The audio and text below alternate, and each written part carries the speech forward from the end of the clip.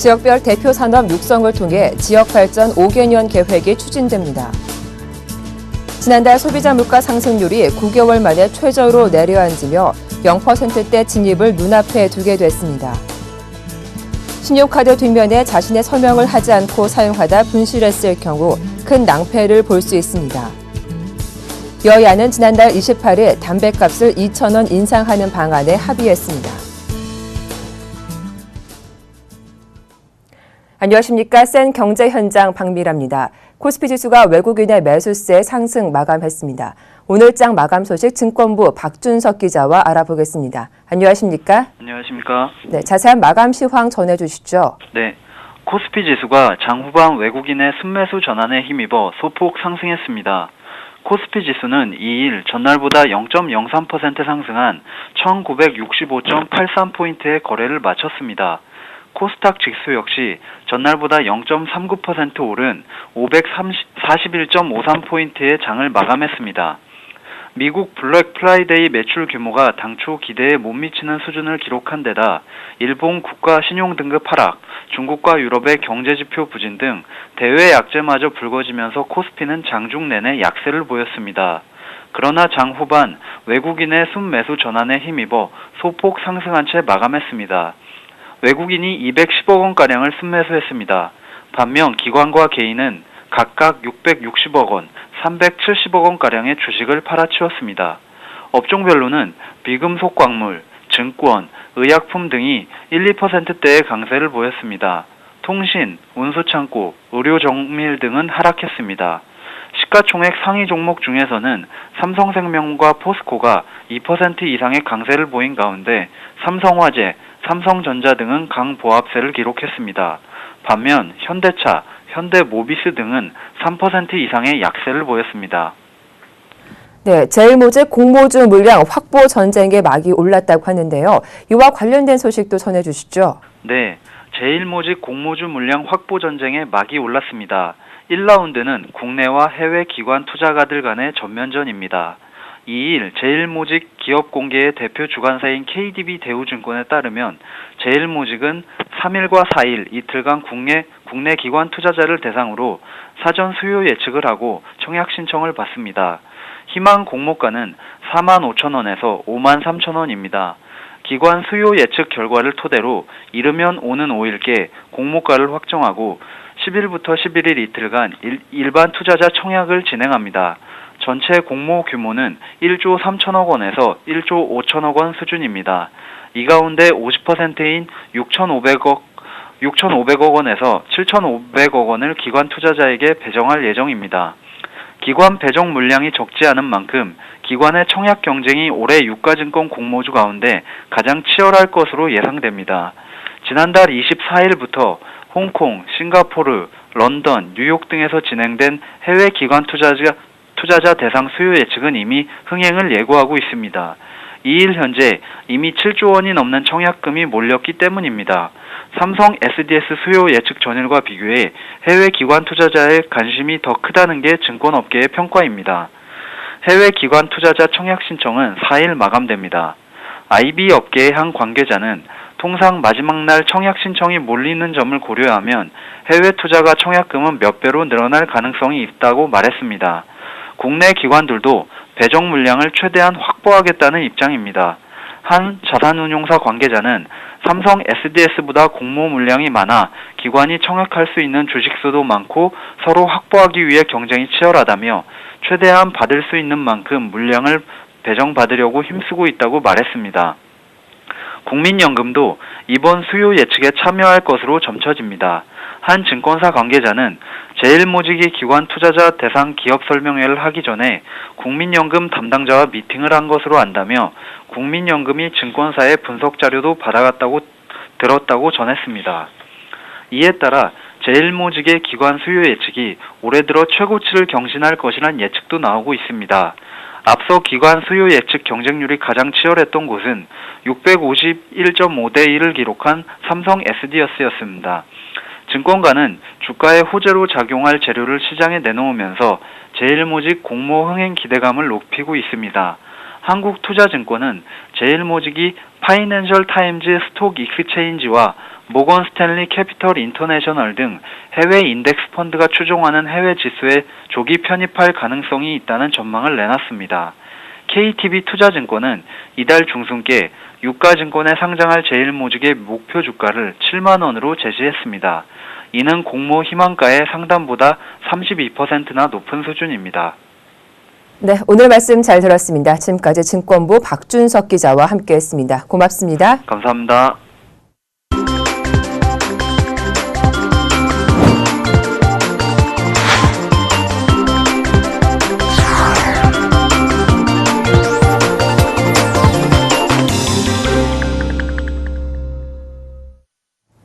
오늘의 주요 뉴스입니다. 지역별 대표 산업 육성을 통해 2018년까지 일자리 22만 개를 새로 만들고 생산액을 286조 원 늘리는 지역발전 5개년 계획이 추진됩니다. 산업통상자원부는 지역발전 5개년 계획을 확정하고 국비 109조 원과 지방비 40조 원, 민간 투자 16조 원의 재원을 동원해 모두 165조 원을 오는 2018년까지 지역발전에 쓰기로 했다고 밝혔습니다. 이 계획에 따라 30분 안에 고속도로에 접근할 수 있는 반일 생활권이 실현되고 특성화 전문대학이 100개 이상 늘어나며 지역의 작은 도서관과 영화관도 대폭 확충됩니다. 지역발전 5대 분야는 지역 행복생활권 활성화와 일자리 창출, 교육 여건 개선, 지역문화 융성, 복지 의료체계 개선입니다. 지역 행복생활권 활성화에는 89조 6천억 원, 지역 일자리 창출과 교육 여건 개선 분야에는 37조 7천억 원과 8조 4천억 원을 투자할 계획입니다. 지역 문화 융성에는 15조 6천억 원, 사각 없는 복지 의료 분야에는 13조 9천억 원을 투입하기로 했습니다. 산업부는 관련 부처나 지방자치단체와 함께 매년 시행 계획을 수립하고 연차 평가를 하는 등 지역발전 5개년 계획의 추진 과정을 체계적으로 점검할 계획이라고 밝혔습니다. 지난달 소비자 물가 상승률이 9개월 만에 최저로 내려앉으며 0%대 진입을 눈앞에 두게 됐습니다. 통계청은 지난달 소비자 물가 상승률이 지난해 같은 달보다 1% 올랐다고 밝혔습니다. 올해 초 1% 초반에 머물던 소비자 물가 상승률은 4월 1.5%, 5월과 6월 각각 1.7% 등으로 서서히 오르다가 7월 이후 다시 내려갔습니다. 특히 지난달에는 1%로 지난 2월 이후 9개월 만에 가장 낮은 수준을 기록했습니다. 농산물과 석유류를 제외한 근원 물가도 1년 전보다 1.6% 오르는 데 그쳐 지난해 8월 이후 1년 3개월 만에 가장 낮은 상승률을 보였습니다. 생활 물가 지수는 작년보다 0.7% 상승해 4개월 연속 1%를 밑돌았고 신선식품 지수는 1년 전보다 5.2% 하락해 15개월 연속 마이너스를 기록했습니다.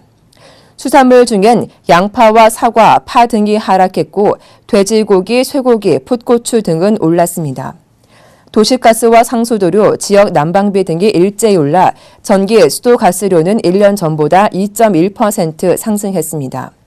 정부는 소비자 물가 상승률이 낮은 원인을 기상 여건에 따른 농산물 공급 확대와 국제유가 하락 등으로 분석하고 있습니다.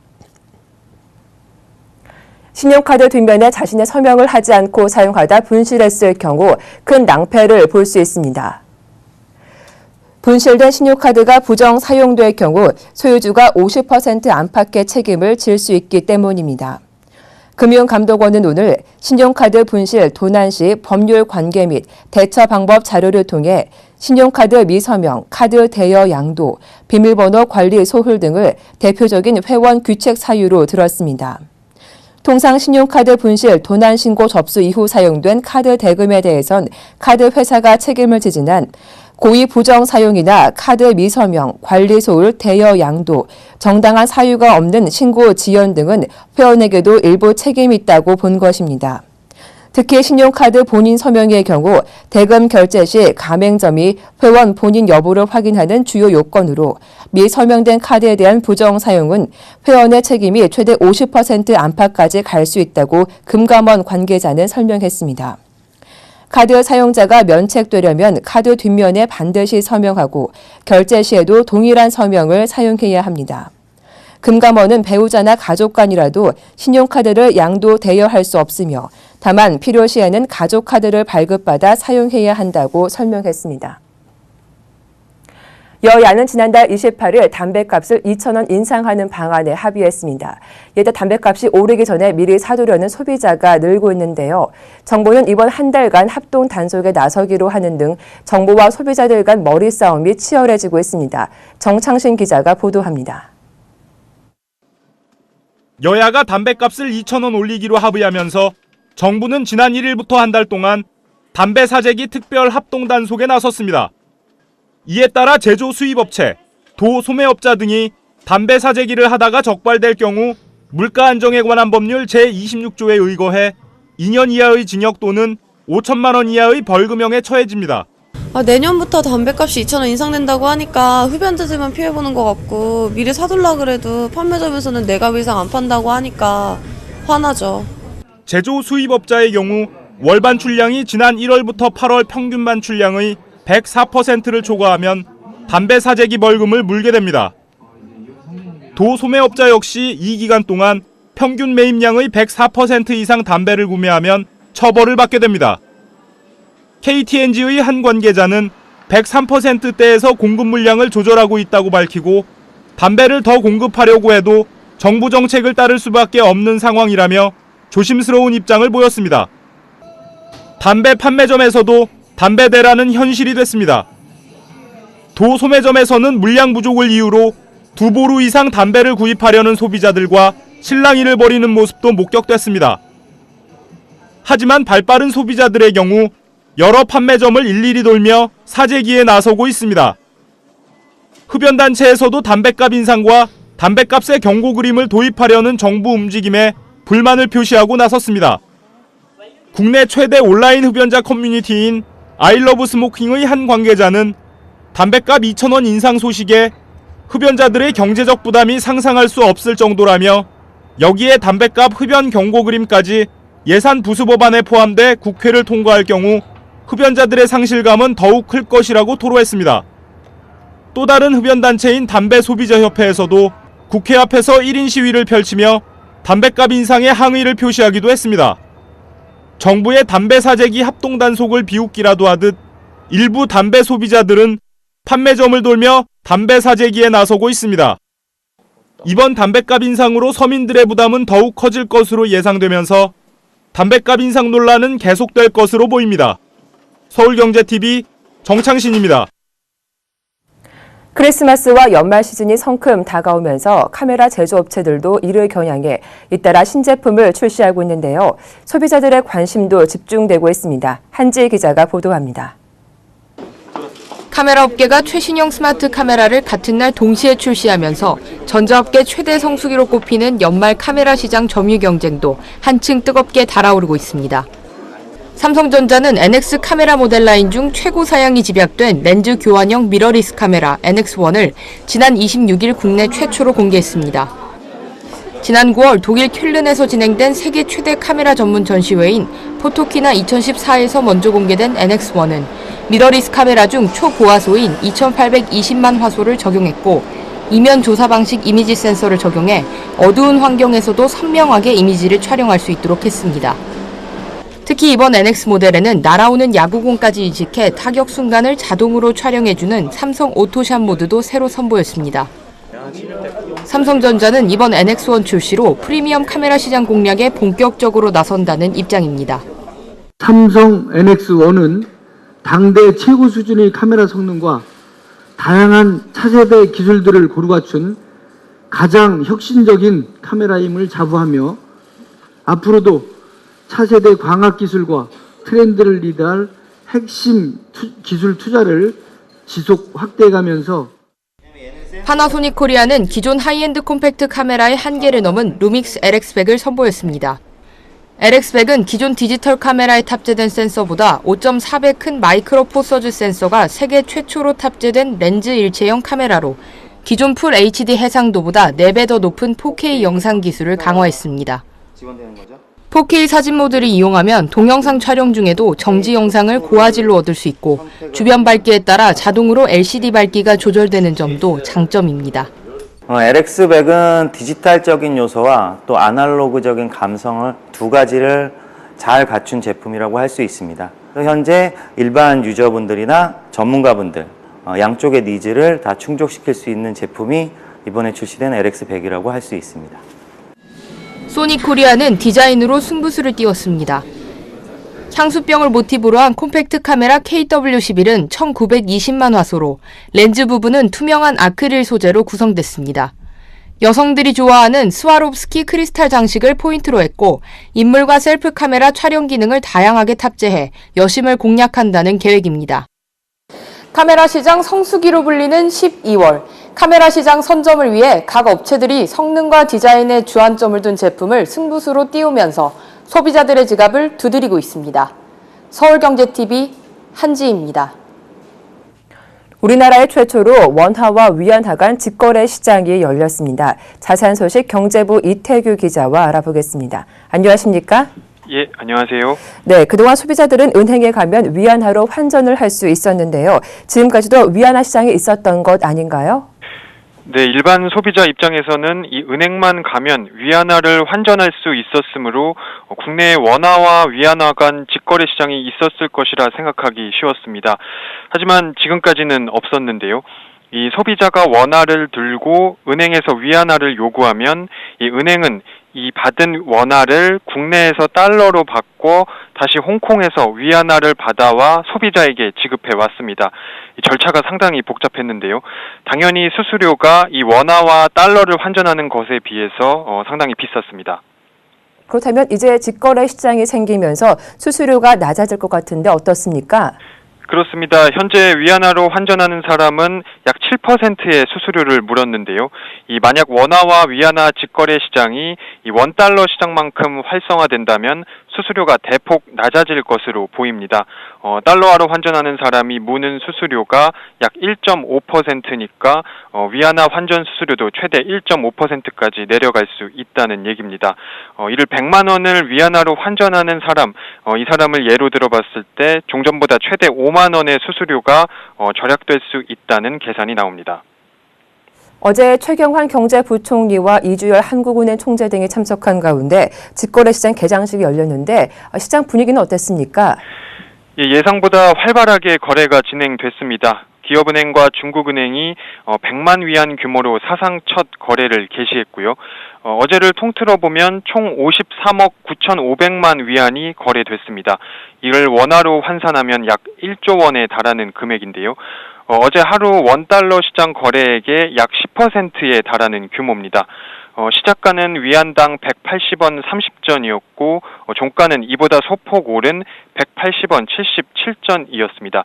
시장에서는 최근 원화가 약세를 보이고 있어 이 원 위안 환율도 상승 압력이 크다고 보고 있습니다. 네.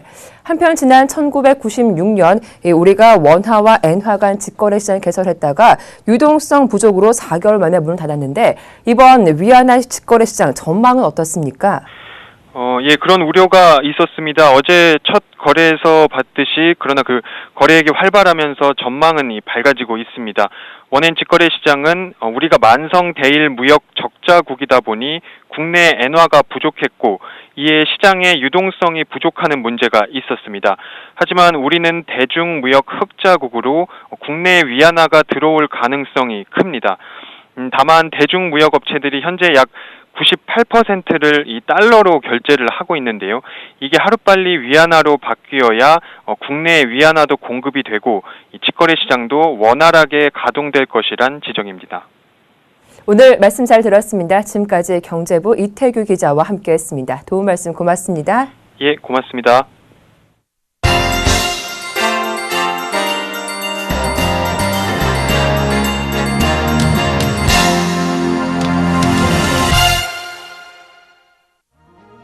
사조 산업의 1753톤급 명태잡이 트롤선인 501 오룡호가 어제 오후 러시아 극동 추코트카주 인근 서베링 해에서 침몰했습니다. 한국사고대책본부에 따르면 이 사고 선박에는 모두 60명이 타고 있었습니다. 그 가운데 외국인 7명이 구조되고 한국인 1명이 사망한 것으로 전해졌으며 52명이 실종됐다고 밝혔습니다. 구조된 외국인은 러시아 감독관 1명과 인도네시아 선원 5명, 필리핀 선원 1명입니다. 러시아 구조당국은 어둠이 내리고 나서도 수색 작업을 계속하고 있다면서 사고 해역에 바람이 약해졌고 파도도 가라앉을 것으로 예상돼 수색 작업이 수월해질 것이라고 전했습니다. 그러나 현재 사고 해역의 수온은 섭씨 0도 수준이라며 이 정도 수온이라면 특수복을 착용하지 않은 사람은 15분 이상 견디기 어렵다고 안타까움을 표시했습니다. 이어 구조된 7명의 상태는 모두 좋다면서 구조된 인도네시아 선원들은 외국어를 하지 못해 사고 경위에 대해 파악할 수 없는 상황이라고 전했습니다.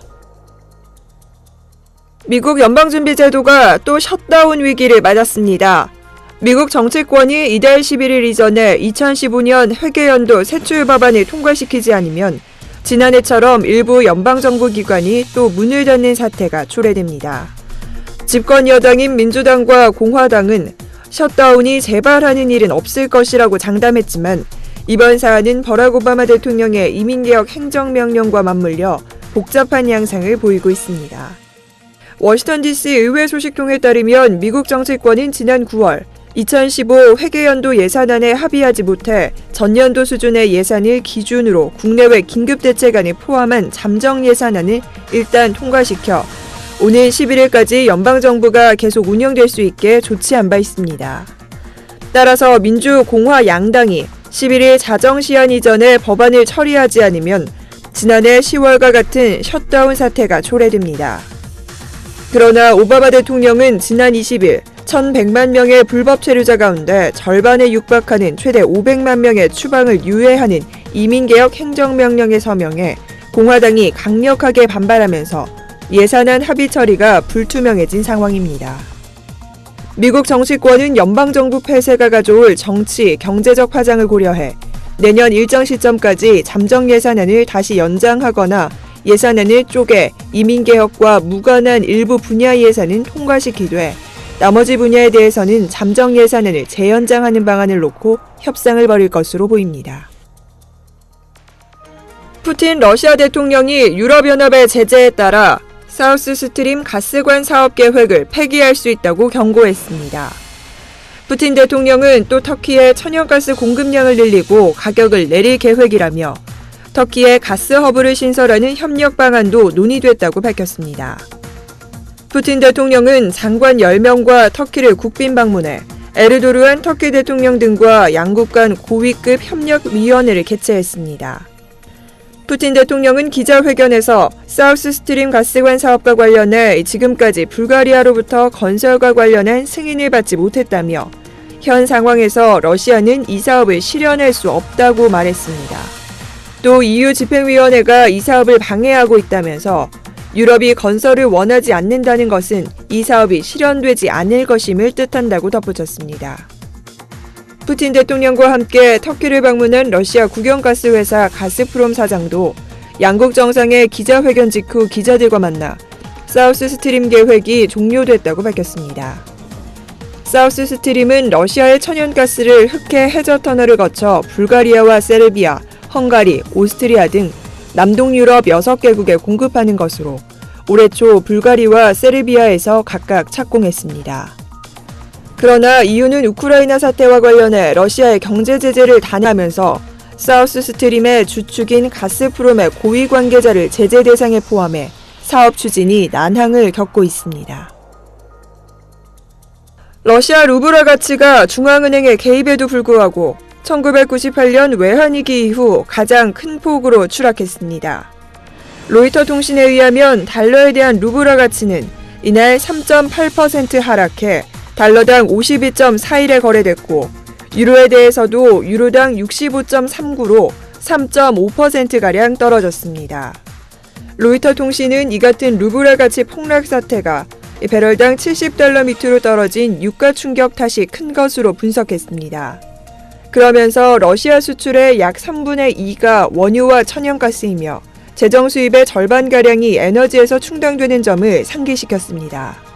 또 달러에 대한 루블화 가치가 50대까지 주저하는 것이 불과 얼마 전까지만 해도 상상하기 어려웠다고 지적했습니다.